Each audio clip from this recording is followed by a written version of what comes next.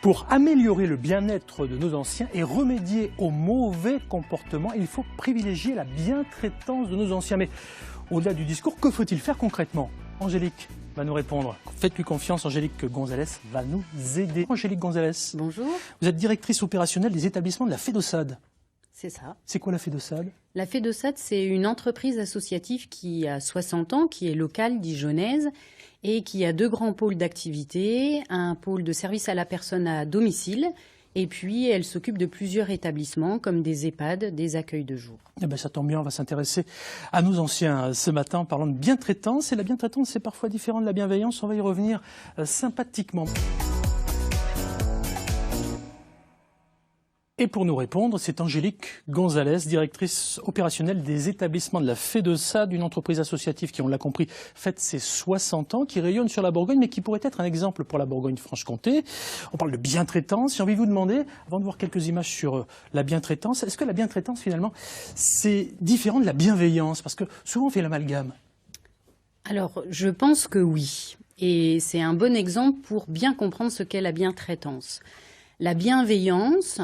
Je vais prendre un exemple qui va parler à tout le monde. Il y a encore quelques années, quand on allait à l'hôpital et qu'on avait la maladie d'un cancer, le médecin, tout en étant bienveillant, nous proposait, voire nous imposait un traitement, parce que pour lui, le mieux qu'on pouvait proposer aux patients, c'était de le traiter par un traitement adapté. Aujourd'hui, la bientraitance fait la différence. Quand on va aujourd'hui à l'hôpital pour se faire traiter pour un cancer, le médecin va demander au patient s'il souhaite ou non se faire traiter, en bien sûr lui expliquant le bénéfice, les risques du traitement, mais va prendre une décision avec le patient. C'est soit il se fait traiter, soit il ne se fait pas traiter. Et la bientraitance prend en considération le choix ou le refus du patient, contrairement à la bienveillance qui met le professionnel à la place du patient, et le professionnel aurait tendance à penser à la place du patient. C'est important la notion. Hein. On va quand même vous donner en quelques images notre notion à nous de la bientraitance. On va en parler après avec des exemples concrets en Bourgogne-Franche-Comté. Regardez. Allez où, mamie, là? C'est l'heure de la toilette, là. On traîne pas. Ah non, moi je la fais le soir. Un peu de bientraitance, jeune homme. En France, on estime que 15% des personnes de plus de 75 ans sont victimes de maltraitance, que cela se passe à domicile ou dans des maisons de retraite. Pour remédier à ces mauvais comportements et améliorer le bien-être des personnes âgées, est apparue ces dernières années la notion de bientraitance. Pour la mettre en place dans les EHPAD, une véritable révolution est nécessaire. Objectif, prendre soin et accompagner au mieux les résidents dans le respect, la dignité et l'écoute. Si papy préfère prendre sa douche le soir plutôt que le matin, à l'organisation de s'adapter. Mais la bientraitance, ce n'est pas seulement l'inverse de la maltraitance. Ce sont des techniques de soins sans contrainte qui favorisent et stimulent l'autonomie et l'expression des personnes âgées. Problème, cela demande beaucoup plus de moyens. Et la bientraitance ne doit pas s'arrêter aux EHPAD. 73% des cas de maltraitance signalés se passeraient à domicile et seraient principalement commis par des membres de la famille. La bientraitance suppose que nous révisions tous notre relation aux personnes âgées. Et si on câlinait un peu plus nos papis et nos mamies? Ça c'est bien. Angélique, une réaction sur ce qu'on vient de voir? Une réaction, la famille. La famille, très souvent, à domicile et dans les EHPAD, aurait tendance à être souvent bienveillant que bientraitant. C'est-à-dire qu'il déciderait souvent à la place de la personne. Et pour nous, en tant que professionnels, c'est important de valoriser l'expression de la personne qu'on accompagne. Si j'ai bien compris, souvent, on a l'impression d'être bientraitant, alors qu'on est bienveillant, on décide à la place de la personne, c'est-à-dire qu'on ne considère pas la personne. Des exemples concrets pour ceux qui sont avec nous et qui croient bien faire, moi le premier, hein, franchement, c'est après avoir parlé un petit peu avec vous et découvert la notion, la différence, on fait très souvent l'amalgame, je ne sais pas ce que vous en pensez, Alex et vous Clémence, mais bientraitance, bienveillance, on n'est pas loin quoi. Alors on n'est pas loin, mais il faut faire la différence. Ouais. Un exemple, par exemple, à domicile, les professionnels de notre génération vont avoir tendance à penser que sur la semaine, il faut proposer au moins une douche par semaine à la personne qu'on accompagne, si on l'accompagne pour les soins d'hygiène. Mais aujourd'hui, la génération qu'on s'occupe n'a pas forcément l'habitude de prendre une douche par semaine. Elle a toujours eu, par exemple, l'habitude de se laver aux gants, au lavabo. Et ça, c'est quelque chose qu'il faut qu'on respecte si ça ne la met pas en danger d'un point de vue de l'hygiène. Le problème, c'est qu'il faut aussi, il y a peut-être des personnels qui nous regardent, là, qui travaillent dans les EHPAD, vous en gérez quelques-uns, il faut aussi que les conditions de travail soient adaptées. Au-delà du discours, c'est très joli tout ça, mais on se dit concrètement, est-ce qu'on arrive à le faire, par exemple, chez nous en Bourgogne-Franche-Comté ? Alors nous, à la FEDOSAD, sur nos établissements, effectivement, on a repensé l'organisation du temps de travail des salariés. Elles travaillent en 12 heures, ce qui leur permet de travailler en moyenne 3 jours par semaine, mais ce qui permet de prendre en charge dans la globalité la personne tout au long de sa journée. Et donc si effectivement la douche n'est pas proposée le matin, elle peut être proposée en début d'après-midi ou le soir, selon les volontés, les choix du résident. 0805 383 383, je vous propose d'écouter le témoignage de Aude, elle est directrice d'une résidence senior. Aujourd'hui, la bientraitance, chez nous, ça va être le partage de l'équipe avec les résidents. Des moments de partage qui vont être des sorties vers l'extérieur ou bien des événements ponctuels, mensuels qu'on va organiser dans la résidence. Ça va être pour nous de les accompagner sur le bord de mer, de faire des sorties dans les parcs, de les sortir vers l'extérieur et de partager ce moment de plaisir avec eux. Et pour moi, de voir leur sourire, de voir leur bonheur, c'est de la bientraitance. Oui, alors même si ça peut ressembler quand même à de la bienveillance, merci Aude pour votre témoignage. En tout cas, encore faut-il finalement demander aux résidents s'ils aiment les sorties. Exactement. Et, voilà, parce que là... et de les emmener là où ils ont envie. Ce n'est pas la peine de proposer à quelqu'un de l'emmener au cinéma si pour lui ça ne l'intéresse pas, ou d'aller voir un film qui ne correspond pas à sa culture, ses habitudes, etc. Ça va quand même assez loin, Angélique, là, parce que ça veut dire qu'il faut établir finalement un projet d'accompagnement personnalisé avec chaque résident, en tenant compte des habitudes de vie, dans le choix différent qui peut exister. Et ça, c'est particulièrement compliqué quand même. Ça s'organise, effectivement, ça se pense au départ, je pense, enfin oui, je pense. Ça doit se penser avec les équipes, le planifier et de faire participer le plus possible le résident dans ce projet d'accompagnement personnalisé de manière à recueillir toute son histoire de vie, ses choix, ses habitudes, ce qu'il souhaiterait. Et bien sûr, en EHPAD, il y a certaines contraintes de la collectivité, bien sûr, mais certaines contraintes peuvent être levées pour pouvoir adapter notre accompagnement à la singularité de la personne. Avant de parler de la bientraitance à domicile, je vous propose de regarder et d'écouter quelqu'un qui a choisi le bon numéro, le 0805 383 383. C'est la ligne gratuite. Vous avez la parole, on vous écoute. Marie, coiffeuse à domicile, ce que je pense qu'on peut apporter par le bien-être aux personnes âgées, c'est un soin, un massage du cuir chevelu, une discussion, car les personnes âgées se confient énormément à nous. Elles nous confient ce qui se passe dans leur vie de famille, elles nous parlent de leurs petits-enfants. On leur apporte un bien-être par la coiffure, car les personnes d'un certain âge adorent se faire coiffer. Et c'est un plaisir pour nous quand on a fini notre prestation et qu'on leur montre la glace, quand elles se découvrent et par leur sourire, en nous remerciant. Pour nous, c'est une richesse.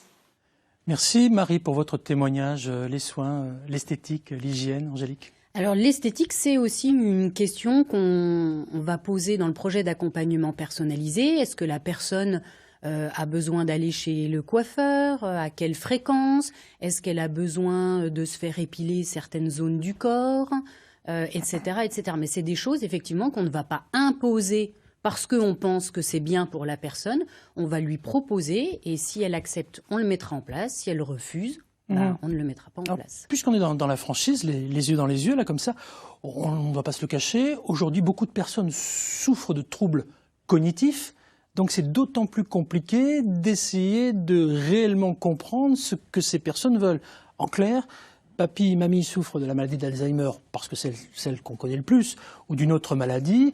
Et là, on se dit, elle est très gentille, Angélique Gonzalez, mais moi, j'ai un peu de mal à communiquer avec elle, avec lui. Alors, comment je vais faire? Alors, c'est vrai que dans cette situation-là, et nous, on la connaît bien puisque nos établissements sont relativement spécialisés pour les personnes qui ont des troubles cognitifs, puisqu'on accueille majoritairement 90% de nos résidents qui ont des troubles cognitifs. Les salariés, effectivement, expriment des difficultés pour recueillir le choix, l'avis du résident. Et aurait tendance, pour le coup, peut-être à tomber dans la facilité, dans la bienveillance, en pensant à la place d'eux, mais toujours en pensant faire bien. Mais là, je leur demande vraiment de faire un effort à chaque fois, de demander, de prendre en considération l'avis de la personne, même si elle répond à côté de la question. Mais il y a parfois des moments de lucidité qu'on ne doit pas passer à côté. Et puis, il n'y a pas que la communication verbale. Les salariés doivent apprendre à observer le résident de par ses mimiques, de par ses réactions à certaines choses qui se passent, pour pouvoir en déduire s'ils sont éventuellement d'accord ou pas. Ah ben justement, je vous propose de regarder un exemple, parce que faire du bien aux patients et aux aidants, c'est l'ambition d'une association de Bavilliers dans le territoire de Belfort. On va partir ensemble à l'hôpital Nord Franche-Comté. Regardez. Donc là, on est en train de faire l'apéritif, hein, messieurs. Pour tout à l'heure, avant le repas. Ici, vous êtes dans le service d'hôpital de jour. Il accueille des patients atteints de troubles cognitifs, maladie d'Alzheimer ou troubles apparentés.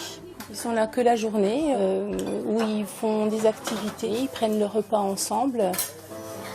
Jean, je reprends le plateau, je vais le mettre au four. Les activités sont financées donc avec l'aide de l'hôpital, bien sûr, puisque nous sommes un service hospitalier. Mais les soignants ont créé une association, le Passé Recomposé, en 2006, pour améliorer les conditions d'hospitalisation de nos patients. On va aller dans le jardin quand vous aurez terminé. On va aller cueillir la ciboulette pour rajouter dans le fromage blanc. En fin de compte, on est là pour apporter du plaisir, du confort et puis de la joie dans ce petit monde de gériatrie.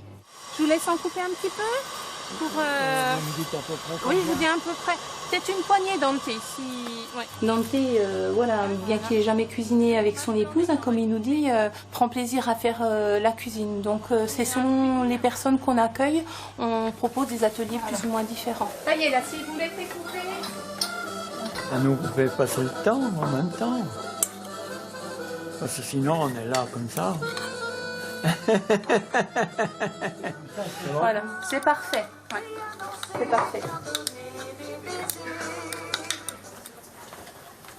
Ça va bien, Laure? Tout se passe bien? Ça va, ça va. D'accord. Ouais, Ok, à tout à l'heure. Vous avez pu travailler les nuances aujourd'hui? Oui. Ouais. C'est ce qui vous, laquelle vous plaît? Moi, j'aime les fleurs, alors. Ouais. Et j'en ai eu des belles. Ah. Quand on est tout seul, on se retrouve en groupe et puis, ça nous occupe. On va aller déjeuner, vous venez avec moi? Donc on fait les prises de sang, les électrocardiogrammes, les pansements entre deux activités et les patients n'ont pas l'impression d'être soignés. Il reste encore des petites crêpes. À ma connaissance, en allant dans les congrès des hôpitaux de jour de France, il n'y a pas vraiment d'association proprement dit comme la nôtre. Ce qui est formidable aussi, c'est quand on a le retour des familles, qu'on voit que ça fait du bien à nos patients et ça fait du bien aussi aux aidants. Donc c'est la meilleure des récompenses. Est-ce que quelqu'un veut une petite verrine? Ouais. Voilà, super. Voilà.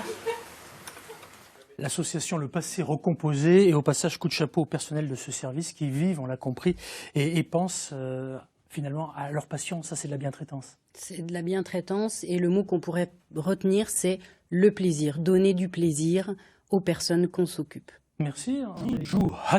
Je vous ai vu très attentive, Angélique Gonzalez. La personnalisation et la décoration des chambres dans les établissements collectifs, genre les EHPAD, ça se fait bien? Ça, c'est de la bientraitance pour le coup? Ça fait partie de la bientraitance, et il est nécessaire pour chaque résident de pouvoir personnaliser sa chambre avec des cadres, des photos, des meubles personnels. Et on pourrait même aller plus loin, se poser la question, est-ce que c'est pas aux résidents de décorer éventuellement avec des choses personnelles les lieux communs? Et si j'osais, j'irais encore un petit peu plus loin. Je crois qu'il y a certains établissements qui le font, mais en collectif, peut-être amener mon animal domestique. C'est aussi une forme d'animation. C'est-à-dire mon chat, mon chien. Alors, nous, aujourd'hui, la position qu'on a prise au sein de la FEDOSAD, c'est de ne plus autoriser les animaux des résidents, puisque généralement, quand on accueille les résidents, ils sont dans des situations de fragilité qui ne leur permet plus d'accueillir et de s'occuper surtout de leurs propres animaux. Donc ça nous revient à nous, Ça fait une charge de travail supplémentaire. On préfère se concentrer sur le résident lui-même. Angélique Gonzalez, merci d'avoir été avec nous. Vous êtes directrice opérationnelle des établissements de la FEDOSAD. On ne mélange pas la bientraitance et la bienveillance, qu'on soit bien d'accord. La bientraitance, c'est une véritable culture de respect, de besoin des attentes des aînés pour une meilleure qualité de vie. Et au-delà du discours, c'est particulièrement compliqué à mettre en place. On a beaucoup parlé finalement des établissements spécialisés, mais ça peut aussi se mettre en place à domicile. Tout à fait. La logique est la même. Merci en tout cas pour vos réponses franches, claires et précises, ce qui n'est pas forcément évident sur ce sujet-là, parce que bien souvent on parle de discours, de politique, et quand on est dans les faits, ça patauge un peu. Mais là, on a pu le vérifier, ça peut fonctionner. Sinon, rendez-vous le 4 novembre, et puis quoi qu'il en soit, le meilleur des best-of démarre dès lundi. Merci à tous.